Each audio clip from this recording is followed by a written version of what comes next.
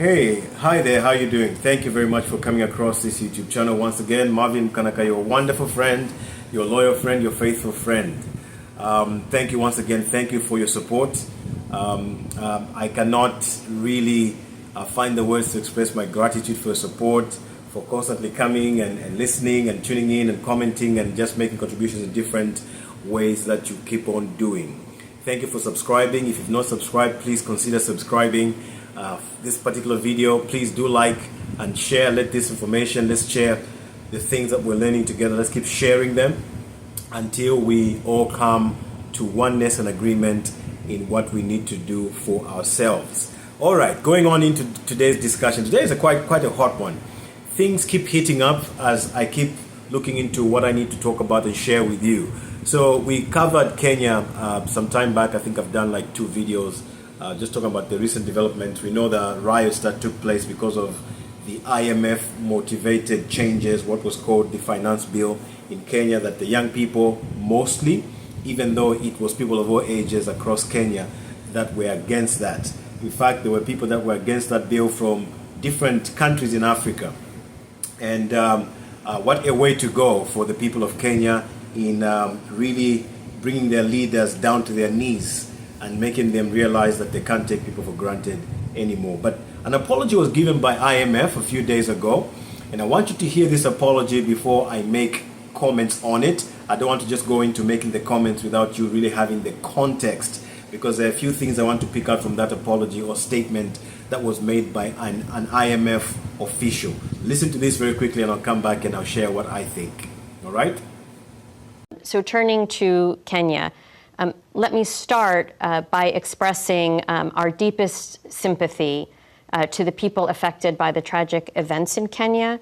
Our hearts go out to those who have lost their lives, lost loved ones, or suffered injuries.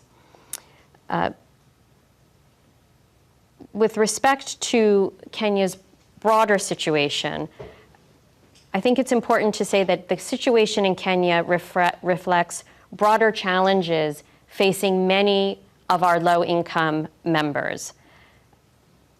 Many of these countries are experiencing a funding squeeze, including on account of tighter global financial conditions and reduced availability of concessional financing. So policymakers in these countries, including in Kenya, face a complex balancing act. They have pressing spending needs in priority areas, such as social programs, health, and education.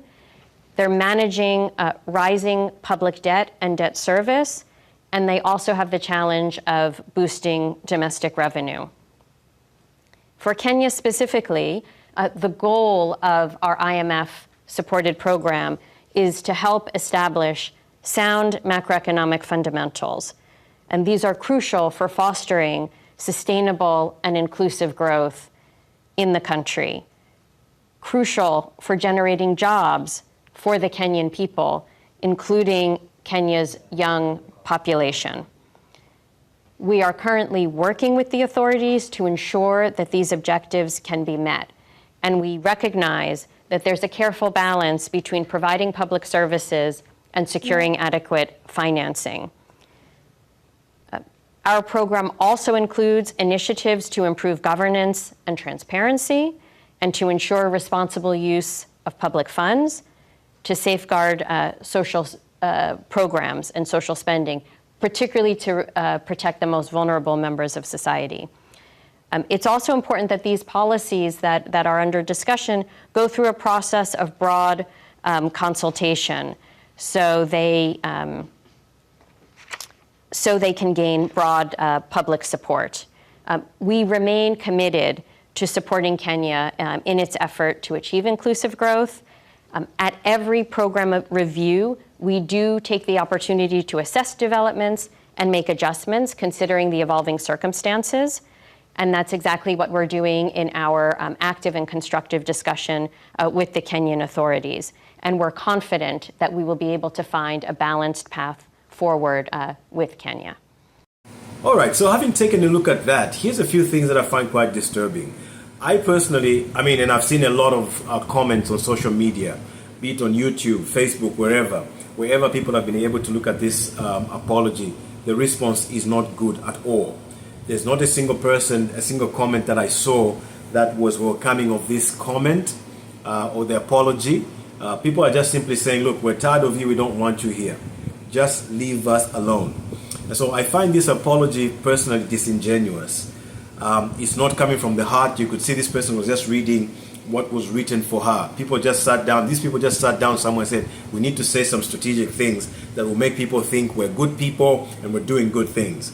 And so that's where this apology comes from. For me, that apology is a joke. And the advice I would give, if IMF would listen to me, any officials there, I would suggest, please keep the apology to yourself. You have made human beings all over the world suffer long enough. And people are angry and they are tired of you. All you want is to make people suffer. And the whole world now knows that. There's nothing you can say to change that. People have seen it. And I'm glad that what I'm sharing, the sentiments I'm sharing right now here, are everywhere. I saw comments from China, Brazil, you name it. They are all just unhappy and they're all saying the same thing. But another thing that I found quite interesting was how she referred to Kenya as one of the low-income nations. So the question then is, who made them a low-income nation? Who? And so in this speech, she's committing to help Kenya. And she refers to a country like Kenya, African countries, as members of IMF. African countries are not members of IMF. They are not. They are victims of IMF. They are not members of IMF. She refers to them as members. She says to our members like Kenya. They're not members. They don't want to be involved with IMF. African countries, if anything, I can take a guess, even Asia and Latin America, they don't want to have anything to do with IMF. They don't want. And they are sending a message clearly to you, IMF officials. Stay away. Some of the messages I saw on social media were directed at the IMF officials, telling them, do not set foot in Kenya. Don't. Do not. Because people are fed up. They're just fed up. But another thing that I found interesting was she talks about how IMF has a goal to help establish what she calls sound microeconomic fundamentals.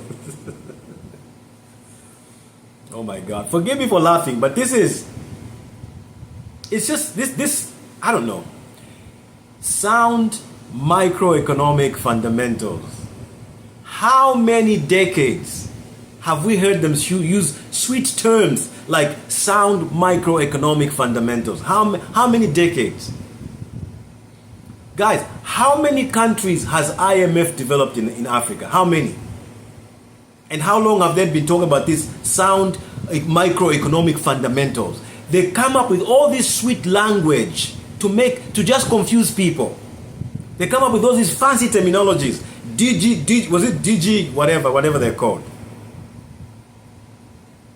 To just give this impression that they're doing such a scientific work, such a great work. But the truth is that they're just stealing. And they're just using all these fancy terminologies to simply blindfold people. Sound microeconomic fundamentals.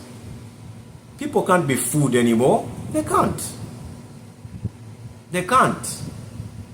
One more thing I want to point out is she said she's confident of finding a balanced way forward with Kenya. The people have told you, IMF, stay away from our lives. People have said all over social media, we don't need your money. So as you share this video, we are sending the word around the world, revealing the truth about who these IMF members of staff or personnel, who they really are. It's enough. This has gone too far. The people of Africa don't want you to work with their government officials. They never invited you. Stay home. Stay in your home. Mind your own business. Leave these innocent kids. You've killed enough children. Hello? You've killed enough human beings.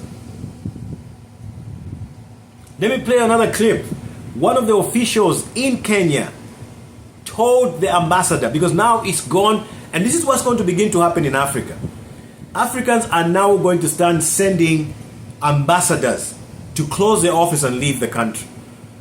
Because at the end of the day, I don't want to make this accusation, make a blanket statement. But at the end of the day, when you look at all of these things that are happening in Africa, you have to wonder what these ambassadors do in Africa. You have to wonder. Because at the end of the day, in situations like that, they don't help. They don't. There's nothing they do to change the situation. So what are they there for? But Kenyans decided the ambassador to the US must go. They don't want her. They want her to leave the country. And so this is what's going to begin to happen. But listen to this clip and I'll come back. Finally, I want to tell a rogue ambassador, leave Kenyans alone. Kenya is not United States.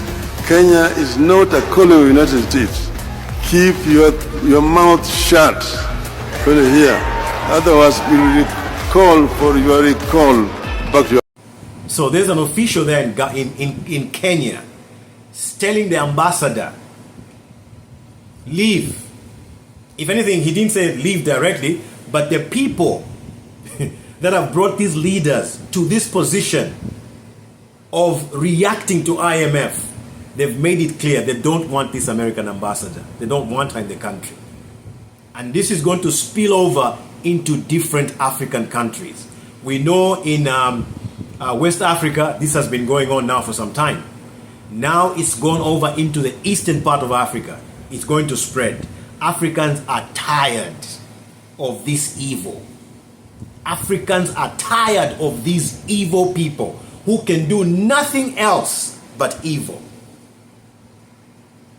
Who can do nothing else but destruction. This woman even has the guts to go in front of a television screen and give an apology. For real? Okay. Now, so many things are being said right now.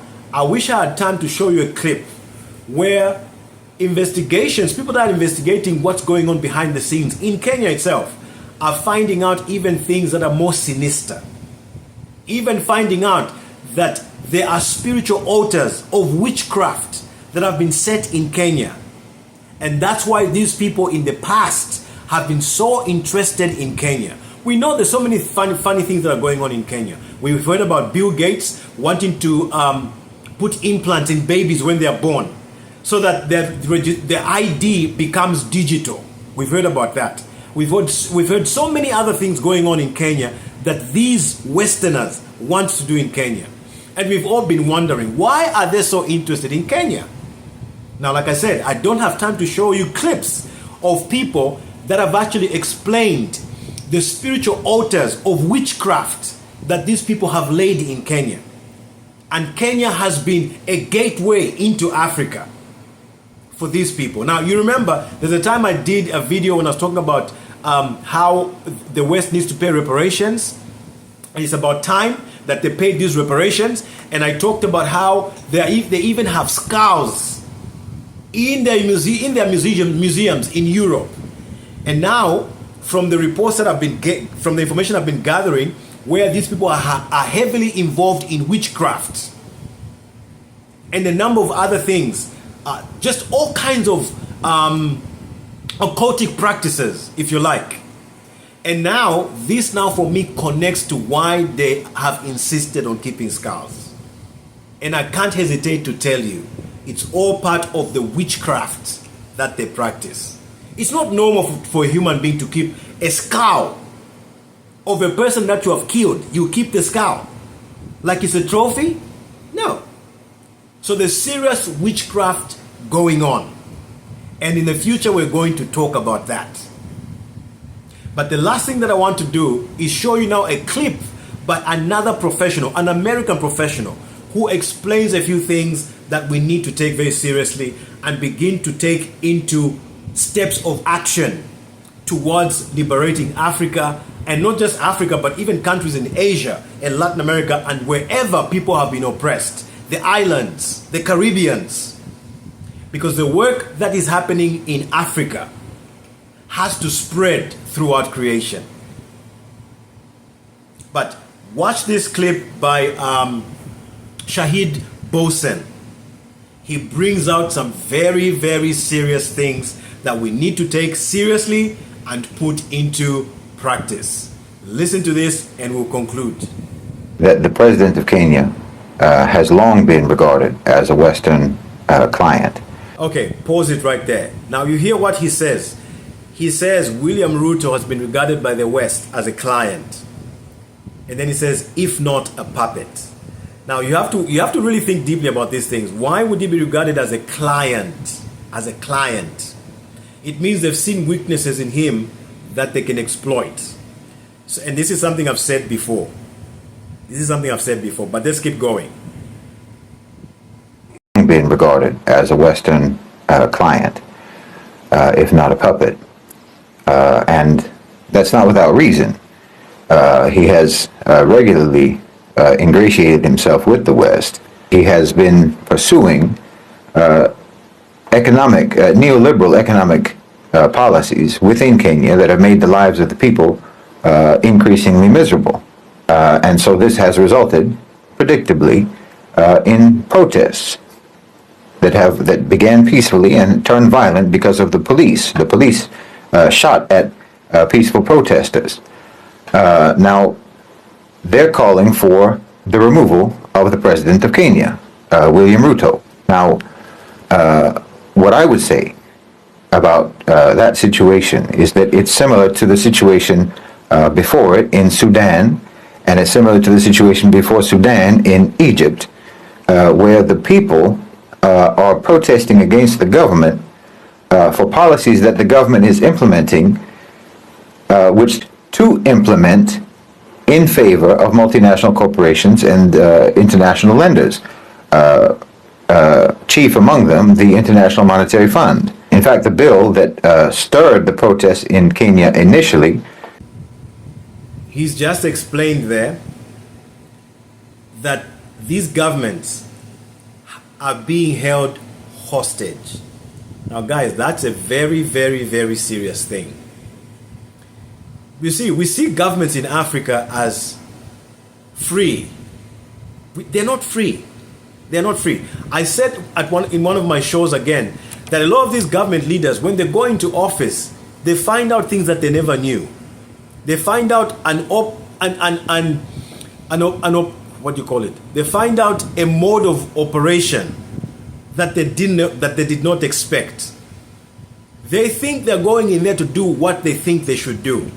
They find out their outlines of how they should operate, and they should abide by them. Otherwise, they start getting threats from the West. Their ties. These Western powers have ties to these governments. All right, but let's keep on moving. The key word there was they are hostage. These governments are hostages. They've been taken hostage by Western powers through corporations. The corporations you see in the countries in Africa that look like they're helping people. They even go around giving handouts to blindfold people even further. They go out, they give out t-shirts, they come up with some silly contest, and they give out big prizes to just blindfold people. So people just keep on thinking, oh, they're doing good things. They're helping people. They're helping the underprivileged and things like that. But behind the scenes, they are killing, taking lives through financial manipulations, by squeezing people financially. Let's keep going. Is basically an IMF bill, a structural adjustment reform, an austerity measure that is being demanded by the IMF of the Ruto government. So my opinion, as was my opinion with regards to Sudan, when Omar Bashir was being blamed for the economic policies that were the austerity measures, the austerity economic policies, the neoliberal policies that he was implementing under coercion in Sudan, and the protests against Sisi because of the neoliberal policies that he was implementing under coercion. My position has always been that these leaders, these politicians, exist to take the blame for the policies that they're implementing on behalf of private sector power. That's why they exist. That's why I call them effigies, because they exist to implement the policies that will make them unpopular, and then they'll take the brunt of the unpopularity. They'll take the brunt of public anger, and then they'll be removed, but the policies will remain, because the source of the policies is the private sector, is the international private sector, it's the OCGFC, it's the Western multinational corporations and lenders, financial institutions, and so forth. Again, specifically the International Monetary Fund. This is your problem. And now, who is the International Monetary Fund doing what it's doing? So again, an important piece of information there. This is very, very important to take note. I've said this before, we keep wanting to change governments. It doesn't change anything. The governments don't control anything in the African continent. They don't. It's only countries like Mali, Burkina Faso that are kicking out the Western powers. Those are the ones that are controlling the economies and controlling things and ruling. The rest of the governments in Africa, they are not the ones who make decisions. They simply implement what they are told. It's colonialism. It's colonialism. They are under the gun. You need to get that very clear. Who is it doing it for? It's not doing it for Kenya, we all know that. And it wasn't doing it for Sudan, and it's not doing it for Egypt. So who are they doing it for? And when you identify who they're doing it for, then those are the private sector players, those are the power brokers that it makes more sense to me that the population should be protesting and should be directing their activism and their opposition towards those actors on the political and economic scene in Kenya, not the government. Now, I'm not speaking up in favor of William Ruto. There's a lot of problems with his government, certainly, without question, just as there were problems with the government.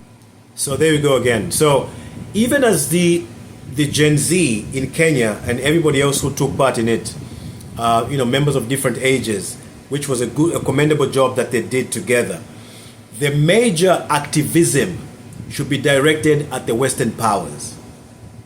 IMF, all kinds of organizations, NGOs that have been brought by these Westerners. That's who the activism should be directed at. The job of activism against Ruto was a good one, but it was just the beginning. The major work has to be focused and targeted towards these Western influences and the corporations, because these are the fronts of IMF. And Africa now has to do that work without rest until these people leave. They're not needed in Africa. They're not. All these corporations that are there, they are there to suck the life of the poor people. Nothing else. Nothing else. Omar Bashir, and there's certainly a multitude of problems with the government of Abdel Fattah al-Sisi. But when you're talking about specifically the way that they're managing the economy, you have to understand that they are not the managers of the economy. And again, that's important. That's worth noting. I'm glad he said he's not supporting William Ruto. But William Ruto is not the biggest problem that Kenya has. African presidents are not the biggest problem that Africa, and I've said this before. I've said I believe African leaders are better leaders than the Western leaders. But at the end of the day, Africa's biggest problem is the Westerners. On every capacity, whether it's government officials, whether it's the corporations, whether it's NGOs, whoever they are, whether it's scientists, it's the Westerners. That's the problem that Africa has to deal with first. And then they can do a better job now with cleaning up their governments and looking for better leaders to lead them forward. Otherwise, just changing leaders and voting doesn't change anything. If anything, all these elections that we do is just a waste of resources. People just waste time lining up to go and vote, and we just waste resources. Because at the end of the day, those elections that we do, they don't change anything. They don't. They allow those elections to happen as part of democracy to just keep the people brainwashed that they have democracy, that they have freedom. But we don't have the freedom. The freedom isn't there. Their lenders are the managers of the economy, and the lenders are managing the economy in such a way as to benefit Western multinational corporations. So, for example, in Kenya, you should look at Coca-Cola. You should look at General Electric. You should look at Standard Chartered. You should look at Barclays Bank. Look at Safaricom, Nestle, IBM, and look at Toyota. These are the beneficiaries of the economic policies. These are the beneficiaries of neoliberalism. They are the ones who are holding the government hostage. And they're doing it by means of the IMF. So your president, and again, whether it's Kenya, or whether it's Sudan, or whether it's Egypt, or whether it's Pakistan, and many other places around the world, and increasingly you can say the same thing about countries in Europe, these governments, these politicians, are hostages, and the policies that they're implementing are essentially like when you see a hostage being forced to read a list of demands. You don't get angry at the hostage for the demands that he's making on behalf of the hostage taker, and that's what the government does. That's what your president does. That's what your prime minister is doing. They're just reading the list of demands that they have been told that they must be met in order for them to not be eliminated. And the one that's going to be eliminated here isn't the president, it's your whole economy. Because the IMF has considerable power to sabotage and cripple your economy if you don't do what they say. That's why it's better for you if you never get involved with them in the first place. And this is why I've said time and time again that it's much better for Muslim countries, for countries in the global south, for countries in Africa, to do business with China, to do business with Russia, while they still can, while those countries are still interested in investing in Africa, in the global south, Latin America, and the Muslim world, and so on, while they still have the money to spend, you ought to take the money from them rather than... So I want to zero in on a point that he's just made there. He said this is why African countries should have never dealt with the IMF in the first place. Guys, this is time for Africa to learn the lesson once and for all. So if anything, African people now all over need to demand a divorcement between their governments and IMF and every other Western organization, be it World Bank, United Nations, UNICEF, whoever. All of those things are just fronts of destruction. And so the activism that we all need to get into now as Africans is to demand that our governments and our leaders have nothing to do with these Western people. I said before here on this forum, I said Africa has to get to a place, if they have to build a wall, like Trump said, we'll build a wall and Mexico will pay for it. If Africa has to get to a point where it builds a wall, that's exactly what Africa has to do. You have to keep these people out.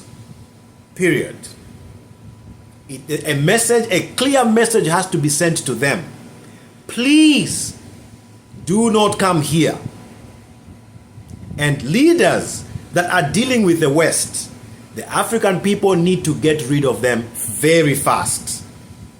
Because these people will sell your teeth. I'm telling you, they'll sell your soul, they'll sell your teeth, they'll sell your everything to these Westerners. Let's keep going. Hopefully it's just a short time remaining and we'll wind up. Taking the money from the IMF, because the IMF and Western lenders generally are not actually interested in you paying them back. They don't want you to pay them back, because when they loan you money, they're calling it a loan. and you think it's a loan, but what they're actually doing is buying you. So they don't want the money back. They want what they bought, which is your whole country. So, there you are. The message is loud and clear. The message is loud and clear. So, I want to end by saying this. These are the things, this is among the many things that we now need to keep drumming across the continent of Africa and among Africans in the diaspora. I was so glad to see news actually indicating that Africans in the diaspora, Africans in different countries, actually rose up and stood up and gave support and gave a thumbs up to the agreement of the three countries in the West, which is Mali, Burkina Faso, and Niger, the coalition that they have formed and decided to pull out of ECOWAS, forming themselves into a bloc and forming a pact. I was so glad to see that Africans in the diaspora, in so many different countries across the world, were standing up and supporting that and cheering on. It is so humbling to see. It's very, very encouraging. And I think that we're going to see the same wave all over the world of people, Africans in the diaspora, standing up and fighting this oppression by IMF and whatever other organs and corporations of the West. We're going to see the fight happening everywhere. And for your own information, you are not alone in this fight. There are even Westerners, people in the West, who are tired of the tyranny of their own leaders, and they are turning against them. So if anything, you are going to get sympathy, and there's going to be people you don't expect that are going to join hands with you Africans and say, look guys, we are with you and we are fighting with you. We are tired of these people that have caused chaos, mayhem, murdered, all kinds of evil. We are fed up of them. We're tired and we're fighting with you. Do not be surprised. You are going to get people jumping on the bandwagon of Africa and saying, we're with you Africa, let's go. It's time to stand up for what is right. So, let me hear your comments, but this is a handful. For me, this is a handful. It's work on our hands that we have to keep pushing. We have to keep pushing this work. But let me hear your comments, and then we'll keep talking and we'll keep our eyes on Kenya to see what other developments are coming out of Kenya, spreading to the rest of Africa. I'll see you on the next one. Have a good one. Bye-bye.